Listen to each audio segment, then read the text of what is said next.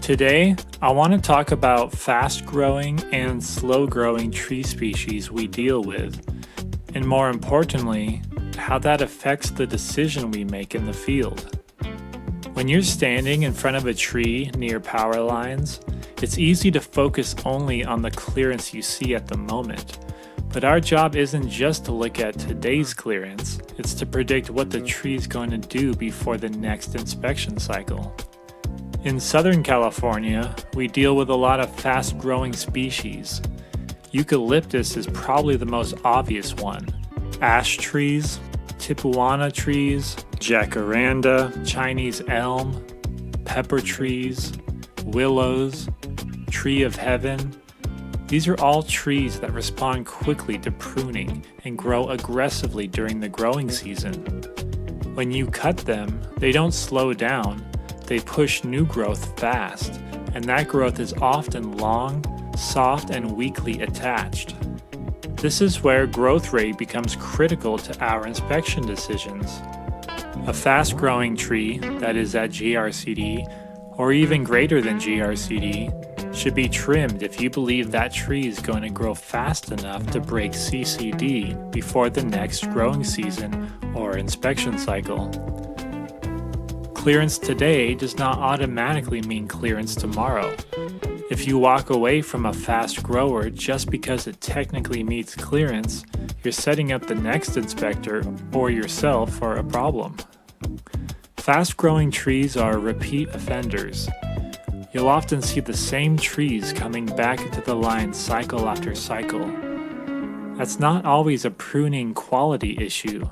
Sometimes it's simply the wrong species in the wrong place. With trees like ficus or eucalyptus, we also have to think about weight and structure. Large limbs, long lever arms, and weak wood means higher failure potential, especially during wind events. So when you're inspecting these trees, you should be asking yourself, is pruning still a sustainable option here? Or are we just delaying an inevitable removal? Now compare that to slow-growing species we commonly see in this area. Coast live oak, valley oak, olive trees, cedars, pines, Italian cypress. These trees generally grow much slower and hold their clearance longer. They don't explode with regrowth after pruning the way fast growers do, but that doesn't mean they're low risk. Slow-growing trees tend to have stronger wood, but they also don't tolerate poor pruning very well. Big cuts take a long time to close, and in some cases, they never fully close. The consequences of bad pruning on a slow-growing tree might not show up for years, but when they do, it can be significant. Decay, structural failure, or large limb loss over conductors. With slow growers, the goal is usually precision and restraint. If a slow-growing tree is well outside of GRCD and shows no defects, it may not need work this cycle. Over-pruning these species can actually create future problems that didn't need to exist. Oaks, in particular, require extra attention, not only because of their growth rate, but because of their size, age, and in many cases, local protection rules. So when you're making inspection decisions, think in terms of behavior, not just distance. Fast growers challenge us with frequency.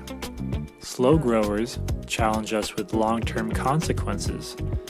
A fast-growing tree at GRCD or greater than GRCD still deserves your attention if you believe it will grow fast enough to break CCD before the next growing season.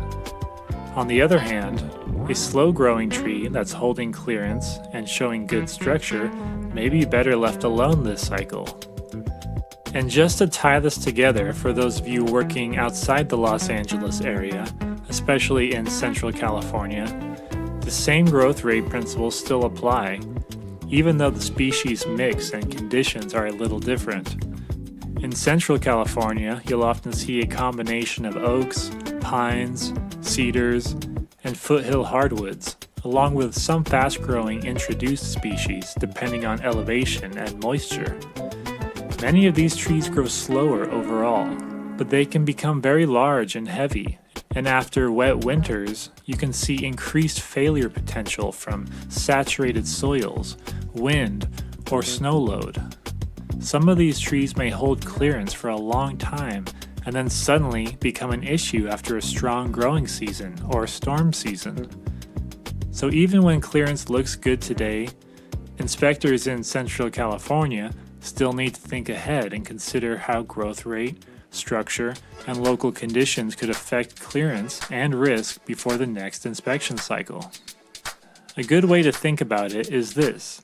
Ask yourself what the tree will look like 6 months from now, not just what it looks like today. Will that eucalyptus throw 3 feet of growth straight toward the conductor? Will that ficus load up with dense regrowth that becomes weak attachment points? Or will that oak still be holding clearance with minimal change? 2 trees can be the same distance from the line today and have completely different futures. Alright, it's quiz time. True or false? If a tree meets GRCD, it should not be trimmed during the current cycle. The answer is false.